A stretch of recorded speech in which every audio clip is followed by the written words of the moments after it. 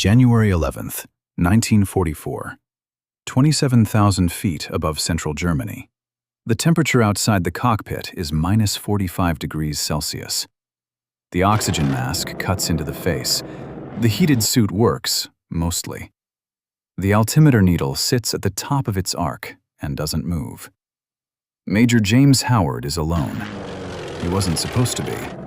He had taken off from Boxted Airfield in Essex that morning with 49 other pilots, the 356th Fighter Squadron, 354th Fighter Group, riding north across the North Sea in loose formation before dropping south toward Germany. The mission was Escort. 3 divisions of B-17 flying fortresses bound for a factory complex near Oschersleben, 100 miles southwest of Berlin. The factory-built Focke-Wulf 190s, the aircraft that had been tearing B-17 formations apart all autumn. The melee, when it came, was fast and ugly. German fighters climbed out of the overcast below, and the formation broke immediately into individual fights. Howard had shot down a twin-engine Messerschmitt 110, banked hard right to follow it down, and when he came back up into clear air, there was nothing around him. No squadron, no wingman, no escorts in any direction. His wingman gone, his squadron scattered somewhere to the south and east. Nothing around him but German sky. A lesser pilot would have turned for England. There was nothing wrong with that. Returning alone in enemy airspace, low on situation awareness, was not cowardice. It was arithmetic. You weigh your life against the probability of changing anything. Usually the arithmetic says, go home. Howard looked east. The B-17s were there, a long stream of them, already past the target, turning for England. And they were coming apart. He could count the German fighters working through the formation, more than 30. They were cutting out stragglers, following damaged aircraft down through the altitude bands, hitting bombers whose gunners couldn't cover each other because the tight defensive spacing had already been broken. He could see the smoke. He could see the aircraft going down in long, slow arcs. He could see the parachutes, small white circles against the gray below. He could see there was nobody else. So he went in. What followed was 30 minutes of combat that no one who saw it from the B-17s below ever entirely found the right words for. One Mustang, alone, working through a defensive pattern that changed continuously, diving, climbing, turning to cut off attack angles, pressing back into the swarm every time a German pilot set up a run on a bomber. 3 German aircraft shot down, others damaged. 2 of his own guns jammed within the first 10 minutes. A third went silent near the end. By the time he finally broke off, all 4 guns were dead, and his fuel gauge was not a number he wanted to look at. He turned west. He made it back.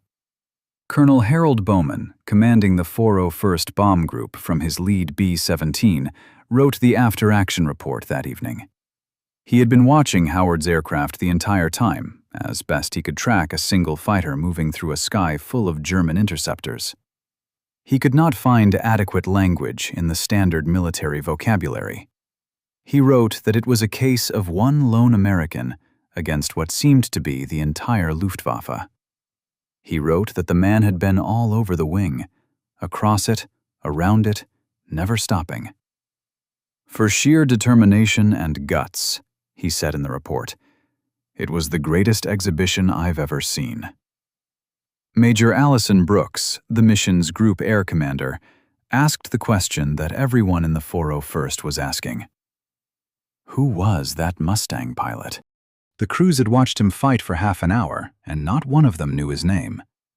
They found out 2 days later, when Howard walked into a room with 100 war correspondents and the BBC and CBS and the Associated Press and Andy Rooney from Stars and Stripes, and someone asked him why he'd done it. Howard fixed his eyes on the man. He had been born in Canton, China, where his father was teaching eye surgery to Chinese doctors. He had grown up in St. Louis. He had flown with the Flying Tigers in China before America entered the war, 6 kills against the Japanese. And he had come to England in 1943 to fly P-47 Thunderbolts and then P-38 Lightnings, and found that neither of them could go where the bombers went. He was the kind of man who answered questions with the minimum number of words the answer required. "I seen my duty," he said, "and I done it." Andy Rooney called it the greatest fighter pilot story of World War II. He was not wrong. Howard was the only American fighter pilot in the European theater to receive the Medal of Honor. He accepted it from General Karl Spaatz with the same economy of expression. He didn't think he had done anything requiring a long explanation. But here's the thing about James Howard and those 30 minutes over Oschersleben that matters before anything else in this story. He should never have been there. Not because the mission was wrong, but because 6 months earlier, there was no American fighter in the world that could have reached Oschersleben from England and had enough fuel left to fight. The distance from Bokstedt to Oschersleben and back is over 900 miles. The P-47 Thunderbolt, the best American fighter available before the Mustang, could protect the bombers as far as the German border. After that, for the 200 miles to the target and the 200 miles back, the bombers flew alone. The P-51 Mustang that Howard flew that January morning, not just any Mustang, but specifically the aircraft with the Rolls-Royce Merlin engine that gave it the range and the altitude performance to operate deep over Germany, existed because of a chain of decisions so improbable, so dependent on particular people making particular choices at particular moments, that historians have been arguing for 80 years about which link in the chain was the one that mattered most. That chain started with a damp morning at RAF Duxford 20 months before Oschersleben, with a different test pilot, with 30 minutes in the air over Cambridge, and a short memo written the next morning at a desk in Nottingham that nobody at the time thought would amount to anything much. To understand why Howard's Mustang existed at all, you first have to understand what it was before someone put the right engine in it. And that means going back to 1942, when the aircraft had already been officially written off. The Mustang had been in Royal Air Force service since January of that year. It had been designed and built by a California company called North American Aviation in 102 days, a speed that no aircraft program before it had matched, as a rushed answer to a British purchasing emergency in the summer of 1940. The engineers in North American's Inglewood factory had worked until midnight almost every night. The team was small enough that its members knew each other by first name. The chief designer, Edgar Schmood, was a quiet man of Austrian birth who drew with the precision of a draftsman and the instinct of someone who had spent 20 years thinking about how air moved over metal. What they produced was unlike anything flying. The wing used a laminar flow aerofoil profile developed jointly with the National Advisory Committee for Aeronautics, the predecessor of NASA. The idea behind a laminar flow wing is to keep the air moving smoothly over the surface for as long as possible before it trips into turbulence. Less turbulence means less drag. Less drag means more speed and more range from the same fuel. On paper, the reduction in drag against a conventional wing was between 25 and 50%. The wing looked different too, thinner with a different cross-section, the maximum thickness further back from the leading edge than anything the British or Germans were flying. The fuselage had been shaped using mathematical conic sections, equations rather than intuition, and the resulting curves were so clean that air slid over them with almost no resistance. The radiator, tucked under the belly in a carefully designed duct, actually produced a small amount of additional thrust from the heated air exhausted behind it. An engineer at the Royal Aircraft Establishment had calculated this effect. It was called the Meredith effect. But North American had arrived at the same result independently, by accident, by building the best cooling duct they could design. The aircraft carried roughly 180 American gallons of fuel internally, in 2 wing tanks. The Spitfire carried less than 100 imperial gallons. The Mustang was not just a better aeroplane in some abstract aerodynamic sense. It was a physically larger fuel container with a much more efficient shape wrapped around it. By every aerodynamic measure that didn't depend on the engine, it was years ahead of everything else. The engine was the problem. The Allison V1710 was a 12-cylinder American power plant with a single-stage supercharger, a mechanical pump that compressed thin, high-altitude air before it reached the engine, to keep the engine breathing where the atmosphere was too thin for it to breathe on its own. A single-stage supercharger does this once: compress, feed to engine, burn. It works well up to a certain altitude.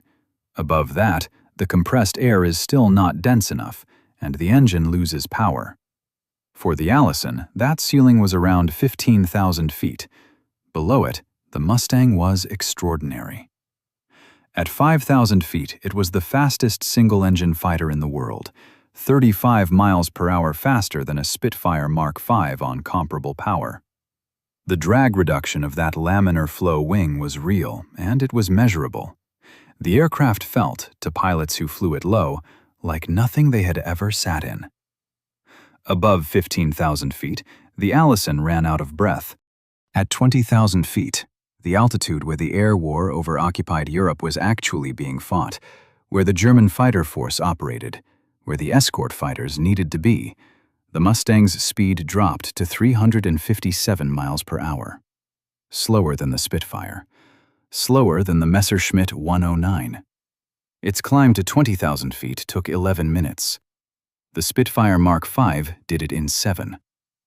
The Royal Air Force had ordered an aircraft to win a war, and what it had got was an aircraft to shoot up railway sidings.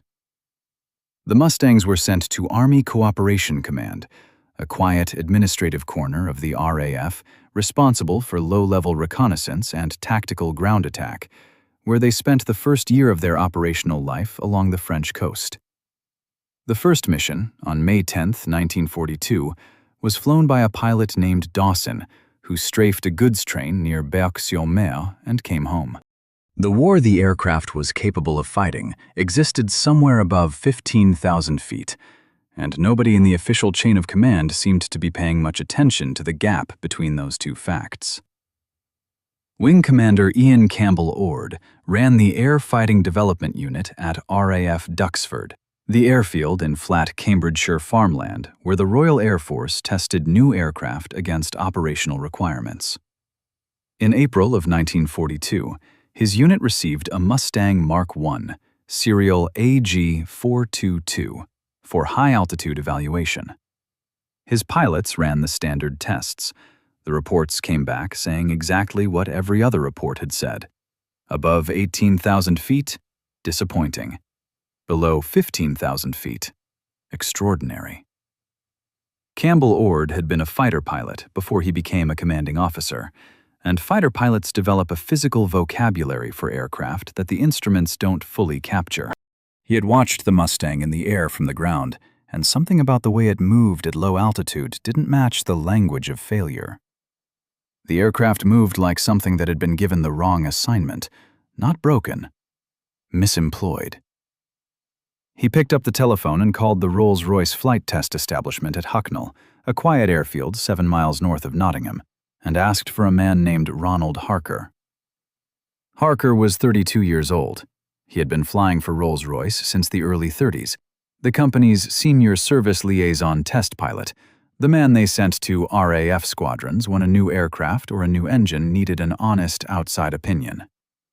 He had flown the Hurricane, the Spitfire, the Westland Whirlwind, the Hawker Tornado. He had, in the professional economy of men who fly aeroplanes for a living, a quiet way of saying exactly what he meant, and nothing more. He drove to Duxford on April 30th, 1942. Campbell Ord took him out to the dispersal, walked him around the aircraft, and told him to take it up and form his own opinion. Harker climbed into the cockpit. The seat was wrong for his back. The harness had a different clasp from anything in British service, and his fingers found it slowly. The instrument panel was laid out in an American sequence that put things in places his hands did not expect. And the throttle. The throttle moved backwards.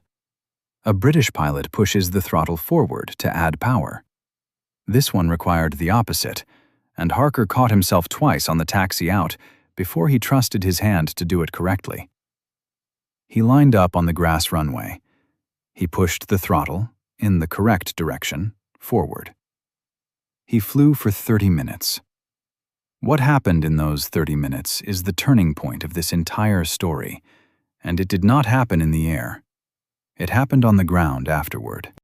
Because when Harker climbed down off the wing and walked across the wet concrete to find Campbell Ord, he did not say what every other senior test pilot had been saying about the Mustang for the previous 6 weeks.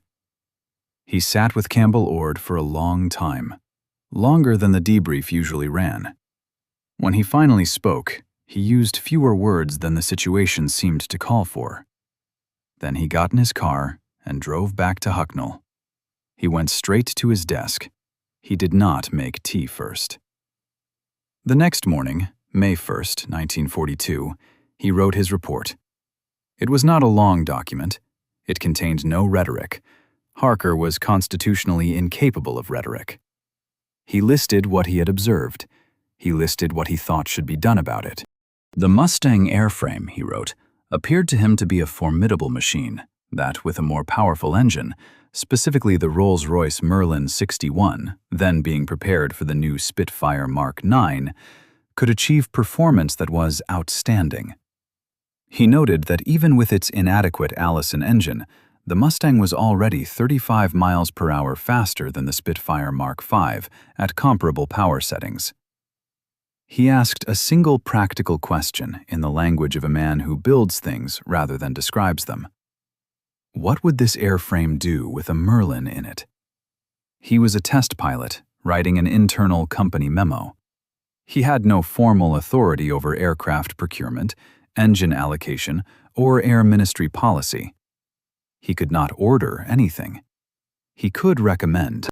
But before he had finished writing the recommendation, before the ink was dry on the page, he had already picked up the telephone and called Ray Dorey, the head of Rolls-Royce experimental flight testing at Hucknall, and asked a simple, practical question.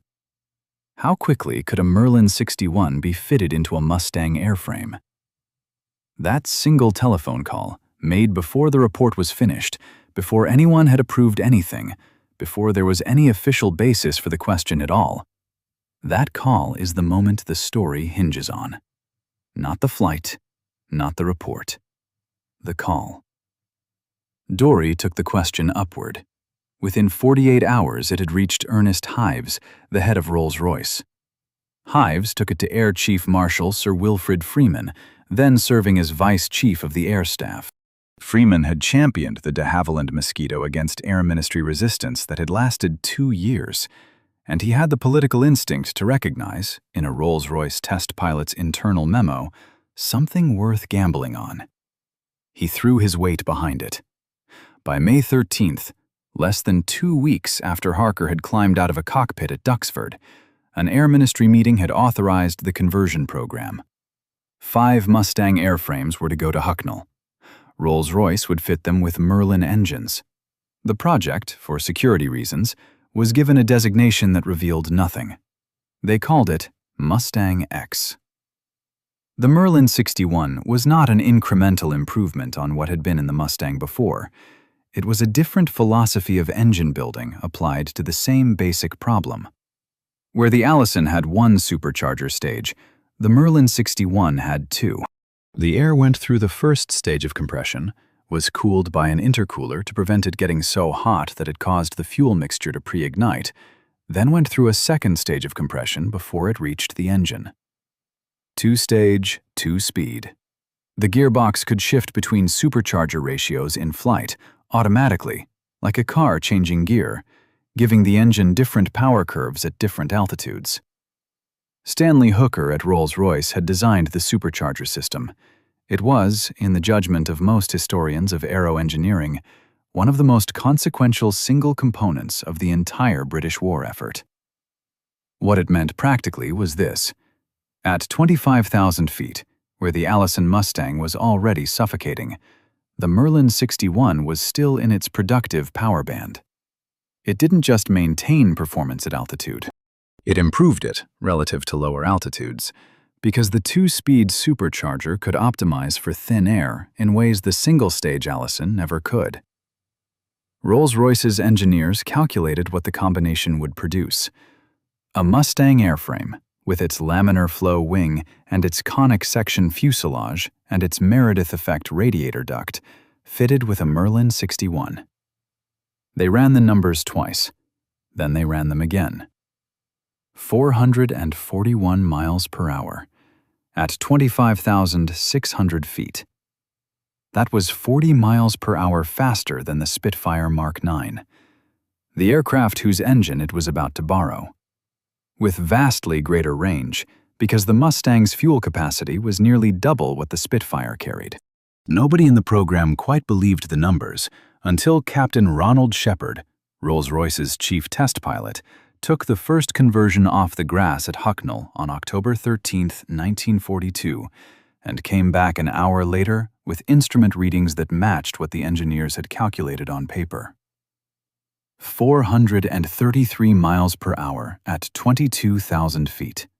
An absolute ceiling above 40,000 feet, 10,000 feet higher than the Allison version had ever reached. Climbed to 20,000 feet in roughly half the time the original Mustang needed. The test reports that came in through October and November used the careful language of professional aviators who have been trained not to make claims they cannot support. The numbers, in that careful language, said the same thing in every report. The Mustang with a Merlin was faster than anything else in the sky. Faster than the Spitfire. Faster than anything the Germans had. The fastest piston-engined fighter in the world. Pilots who flew the Mustang X came down from the cockpit the way Ronnie Harker had come down at Duxford 6 months before, saying less than the situation seemed to require, as if the right words hadn't been invented yet for what they had just experienced. Britain did not have the industrial capacity to turn what Shepard had proved into a weapon at the scale the war required. Every Merlin coming off Rolls-Royce's lines was already committed.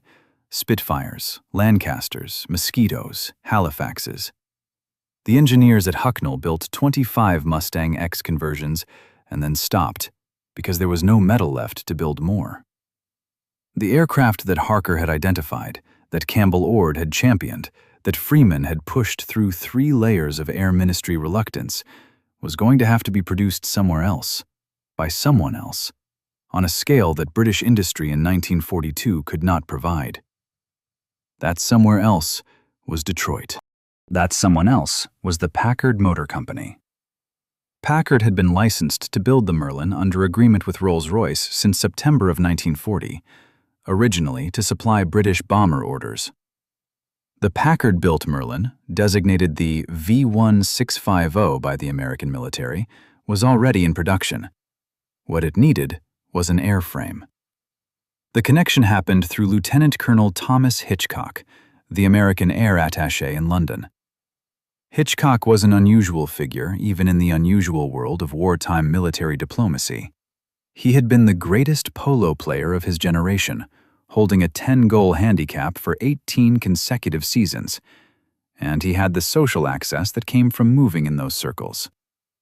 He had been watching the Mustang X program at Hucknall since the summer, and he understood, in the practical terms of a man who dealt in logistics and politics, what the British had just proved in the air.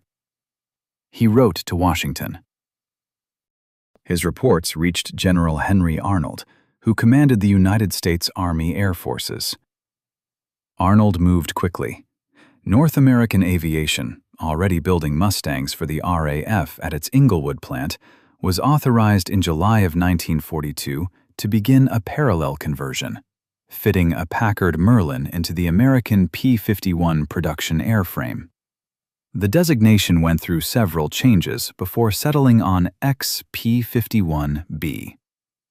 On November 30, 1942, 6 weeks after Shepard had flown the British prototype, North American test pilot Robert Chilton took the first XP-51B into the air at Mines Field in Los Angeles, the airport that is now LAX. Chilton did not run through the standard low-speed handling checks. He had read the British reports. He knew what the aircraft was supposed to do. He pushed the nose up and climbed. At 20,000 feet, the supercharger gear shifted automatically, the Merlin changing its breathing ratio for the thinner air, and instead of the power dropping away as it would have done in the Allison version, the engine kept pulling. Chilton went past 25,000 feet, past 30,000. The airspeed indicator held numbers he had not seen in this aircraft type at this altitude. At 29,800 feet, in level flight, he read 441 miles per hour. More than 100 miles per hour faster than the Allison Mustang at the same altitude. Climb rate at every point on the envelope had roughly doubled. He wrote his report in the abbreviated technical language of a working test pilot, with no time to compose for posterity. The numbers in that report were the same numbers Rolls-Royce's engineers had calculated on paper in Nottingham 6 months before. The United States Army Air Forces had already placed an order for 400 P-51Bs on projected figures before the aircraft flew. After Chilton's flight, the order expanded to 2,200. By 1944, production was running at 2 plants, Inglewood in California and a new facility in Dallas, Texas, at a rate no British factory could approach. The aircraft crossing the Atlantic in crates were arriving faster than the 8th Air Force could train pilots to fly them. The aircraft that would change the air war was in production. It had not yet reached the men who needed it. The autumn of 1943 was the crisis of the daylight bombing campaign. The campaign had been built on a doctrine that a tight formation of B-17 flying fortresses, each carrying 10 50-caliber machine guns, could defend itself against fighter attack through overlapping fields of fire. In training exercises in New Mexico and Arizona, against fixed targets and cooperative attacking aircraft, the doctrine had looked credible. Nobody had tested it against a fighter force defending its own territory, with ground controllers tracking every bomber formation and directing interceptors to the angles where the defensive fire was weakest. It failed in practice in ways that the pre-war planners had not modeled. German fighter pilots discovered that a head-on attack, diving in from 12 o'clock, slightly high, at closing speeds of nearly 600 miles per hour, gave the bomber gunners a fraction of a second to acquire, aim, and fire. The window was so narrow that even experienced gunners, in the numbing cold of 25,000 feet, with the aircraft shuddering in formation turbulence, rarely scored hits. The Focke-Wulf 190 could make the pass, pull up into a climbing roll, and be back above the formation setting up the next run before the bomber crews had finished reporting the first attack. The P-47 Thunderbolt escorts were capable aircraft. Their pilots were trained and willing, but the Thunderbolt carried enough fuel to take the bombers as far as Aachen, on the western edge of Germany, and then had to turn back for England. From Aachen to Schweinfurt was another 200 miles. From Aachen to Oschersleben was another 240 miles. Those miles belonged to the Luftwaffe. On August 17th, 376 bombers went to Schweinfurt and Regensburg, and 60 did not come home. On October 14th, Black Thursday, 291 B-17 went back to Schweinfurt. 60 more were shot down in the air. Another 17 came back so badly damaged they never flew again. 650 men were killed, wounded, or taken prisoner. Effective losses approached 1 aircraft in 4. That evening, across the airfields of East Anglia, ground crews stood on the hard standings and counted the aircraft that didn't come back. Mechanics who had worked through the previous night making a B-17 airworthy stood looking at an empty piece of sky where an aircraft they had signed for was supposed to be. In the barracks, the surviving crews sat in rooms with empty beds and did the arithmetic that nobody asked them to do, but that everyone did anyway. 25 missions to go home. If the loss rate held at these numbers, The mathematics of survival was not encouraging. The beds in the barracks stayed made for 3 days. Then someone came and stripped them. Deep penetration raids into Germany were suspended. The 8th Air Force rebuilt and waited. In November of 1943, trucks arrived at RAF Boxstead in Essex, carrying wooden crates stenciled with an address in Inglewood, California. Inside the crates were P-51B Mustangs, already fitted with Packard Merlins, assigned to a newly arrived American fighter group called the 354th. The 354th had crossed the Atlantic expecting to fly P-47 Thunderbolts. What they found at Boxstead was an aircraft that most of them had never seen outside of a recognition manual. James Howard was among the pilots who walked out to the flight line and looked at the new aircraft for the first time.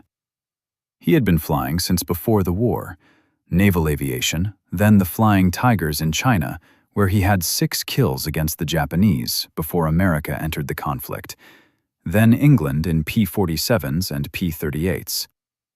He had, by the time the Mustangs arrived at Boxstead, spent 2 years flying aircraft that he knew, professionally, were not adequate for the job being asked of them. The P-47 was a fine aircraft. It could not go where the bombers went.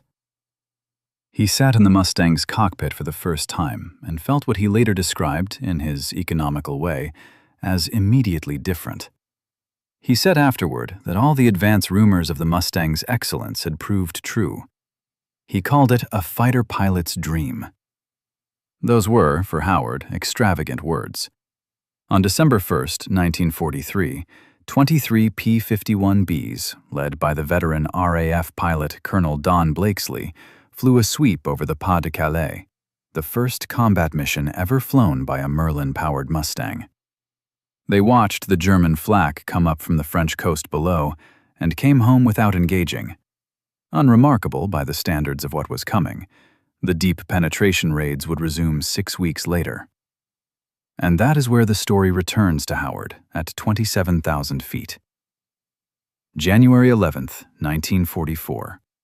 The bombers going to Oschersleben, the melee that broke his squadron apart. The moment he came back up through the cloud and found himself alone in German sky, with the B-17s below him losing aircraft. He had the range to be there. Ronnie Harker had made sure of that on a wet morning in Cambridgeshire 20 months before, when he climbed out of a cockpit and, instead of saying what everyone expected him to say, sat down and made a telephone call before he finished writing his report. Thomas Hitchcock had made sure of that, sending dispatches from London to Washington until General Arnold took notice. Packard had made sure of that, building an engine in Detroit that Rolls-Royce had designed in Derby. Robert Chilton had made sure of that, pointing a test aircraft straight up over Los Angeles and coming back with numbers that turned a promising idea into a purchase order for 2,200 aircraft. Without any one of those decisions, Howard turns for England. The arithmetic the Mustang had made possible, the arithmetic that said he could reach Oschersleben and fight and come home with something left in the tanks, was not the arithmetic he was doing in the cockpit when he looked east and saw the B-17s going down. The arithmetic he was doing then was simpler and older. 10 men in each of those aircraft. He could see 3 of them already going down. He was the only fighter pilot close enough to change anything. If he turned west, those men died, and he survived. If he turned east and went in, some of them might not die. The calculation that puts 10-man crews on one side of the scale and 1 fighter pilot on the other, and decides the weight comes down on the side of the crews. He turned east. 30 minutes, 3 confirmed kills. Guns failing one by one as the cold and the vibration and the sustained firing worked on the mechanism. At the end, he had 1 gun left, then silence. He kept flying his aircraft into attack positions with no guns because the sight of an aircraft coming at them was enough to break German fighters off their runs on the bombers. The deterrent existed even when the weapon did not. When he finally turned for England, The tanks were reading a number that most pilots would not have accepted before they broke off. He made Bokstad with something left. Not much. Something. He climbed out of the cockpit, walked to the debrief room, and answered the questions in the order they were asked, with the shortest, accurate answers he could give.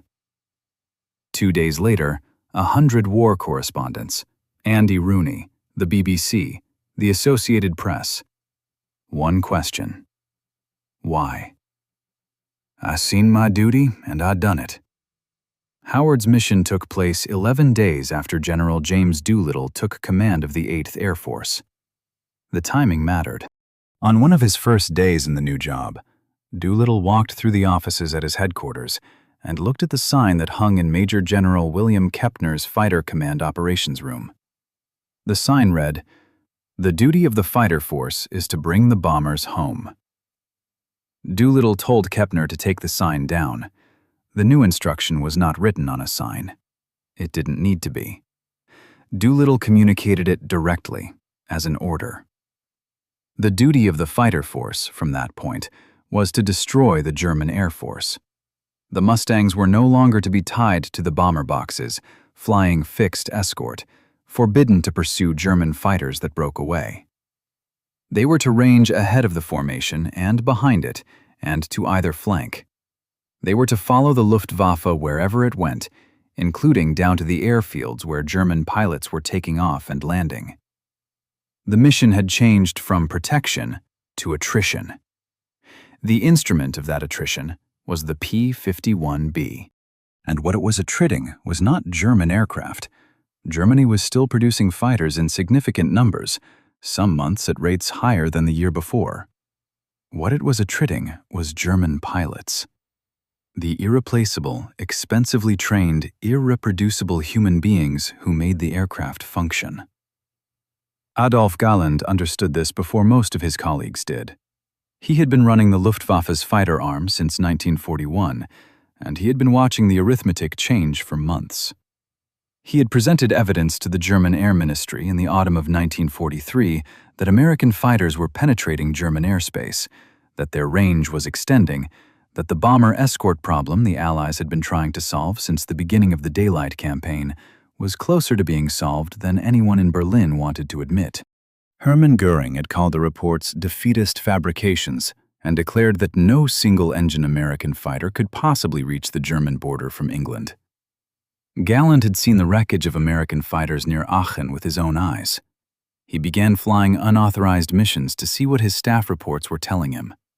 He flew against P-51 escorts over central Germany in the spring of 1944 and understood, in the immediate physical terms of a man who had been flying combat since the Spanish Civil War, what he was looking at. An aircraft that could go anywhere his own fighters went, that could follow a German pilot down from 30,000 feet to the grass of a German airfield, that could strafe pilots in the landing pattern and be gone before the anti-aircraft guns found the range. A German pilot who survived a mission was no longer guaranteed to fly again tomorrow. That had never been true before. Between January and April of 1944, 4 months, the Luftwaffe lost over 1,000 day fighter pilots. Killed, missing, wounded beyond return to operational flying. That number included wing commanders and group commanders and the experienced squadron leaders who carried institutional knowledge in their heads. Men who knew how to brief young pilots on the specific behavior of specific enemy aircraft types, how to read a combat situation, how to survive contact long enough to become dangerous. When those men died, what they knew died with them. Galland wrote to the Air Ministry. He used the precise language of a professional officer making a damage report, and the damage he was reporting was catastrophic. Between January and April, he wrote, the daytime fighter force had lost over 1,000 pilots. Each enemy incursion was costing the Luftwaffe approximately 50 aircrew. The weapon, he wrote, was in sight of collapse. Göring was not interested in the report. Germany kept building aircraft. The factories, many of which had been dispersed into forest clearings and underground facilities after the bombing campaigns of 1943, produced BF-109s and FW-190s in quantity through 1944. The shortage was not machines. The shortage was the men who knew how to fly them into combat and survive long enough to fly them again. The Mustang, deployed under Doolittle's offensive doctrine, was solving a problem that no amount of aircraft production could fix. On June 6, 1944, the Allied armies landed on the beaches of Normandy. The Luftwaffe put 2 aircraft over the invasion area. Two German aircraft made a single low pass over the beach and turned for home. They were FW-190s, flown by 2 of the most experienced German pilots left in France, Major Joseph Priller and his wingman, Heinz Wodarczyk, who had been given a mission that their commanders already knew was futile, and who flew it anyway, because that is what soldiers do when they have orders. They survived. Most of the Luftwaffe pilots who might have joined them had been dead since March. The air war that had seemed, in October of 1943, to be on the verge of forcing the suspension of the entire daylight bombing strategy. The air war had been reversed. Not slowly, in 4 months. The loss rate for 8th Air Force bombers on deep penetration missions fell from above 9% in October of 1943 to under 4% by February of 1944. It kept falling. The structural conditions for Allied victory in the air over Europe were in place before a single Allied soldier crossed a beach in Normandy. They had been put there in the winter and spring of 1944 by a process of attrition that burned through Galland's pilot corps faster than any training program could replace them.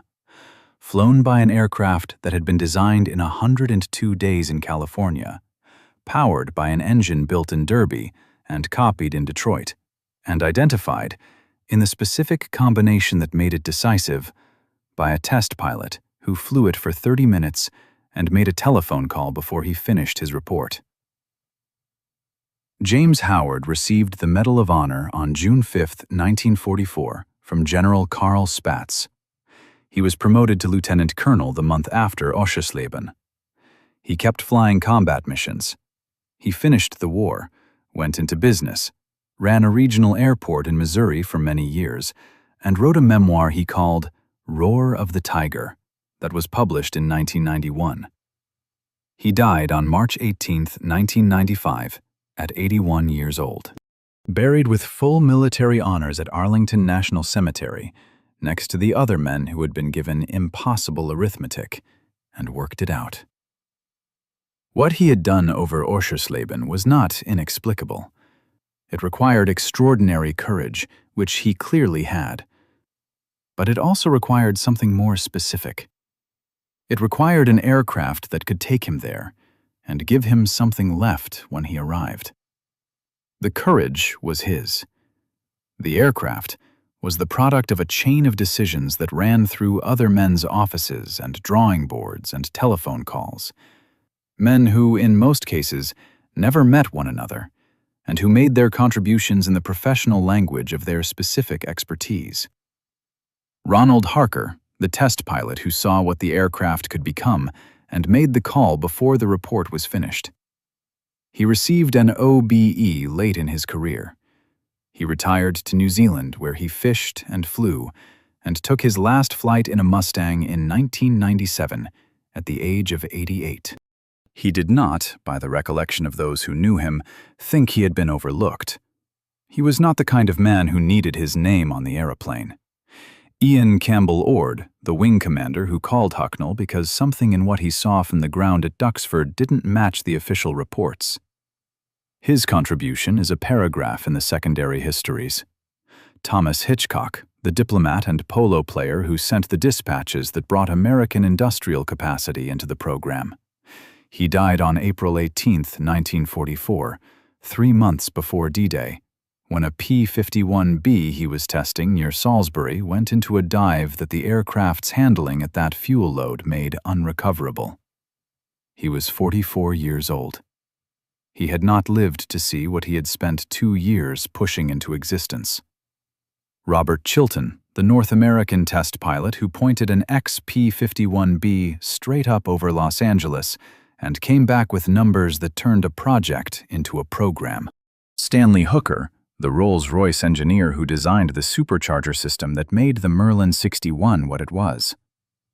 Edgar Schmude, the Austrian-born designer who shaped the fuselage with mathematical conic sections in a California factory, working late into every night, and produced the airframe that all of this depended on.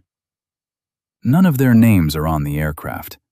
The aircraft carries the name of the manufacturer. The engine carries the name of the company. The combination that made it matter carries the name of the mission it flew, which is the name of the airfield it was flying to protect, which is a town in central Germany that nobody remembers for any other reason. The empty beds in the barracks at the East Anglian bomber bases, the ones that stayed made for 3 days before someone came to strip them. In the spring of 1944, there were fewer of them. Not none, there were never none, but fewer. And fewer meant men who came home. Men who had daughters, who had children who are alive today without knowing why. That is what the Mustang did. Not win the war. The war was won by many instruments and many people. What it did was change the arithmetic. Take what had been unsurvivable and make it survivable. Take what had been unreachable and put a fighter in the sky above it. Give a man named Howard enough fuel to reach Oschersleben and enough aircraft under him to do what needed doing when he got there. He seen his duty, and he done it. The duty was only possible because of the aircraft. The aircraft was only possible because of the people who made it. Most of those people died without their names on anything. That is not the same as dying without having mattered. If this story gave you something, a like costs a moment, and it keeps these accounts visible for the next person who needs them. Subscribe if you want to stay with this history. There are more of them. The air war over Europe is full of moments where a memo written at a desk in Nottingham, or a telephone call made before a report was finished, or a test pilot who climbed straight up instead of running the standard checks, changed what was possible. Most of the people who made those decisions went home and lived ordinary lives and never once described themselves as having been important. They were important. We just have to do the work of finding them. Thank you for watching. Subscribe to the channel to stay up to date with new videos, share your comments, and give us a like if you enjoyed it.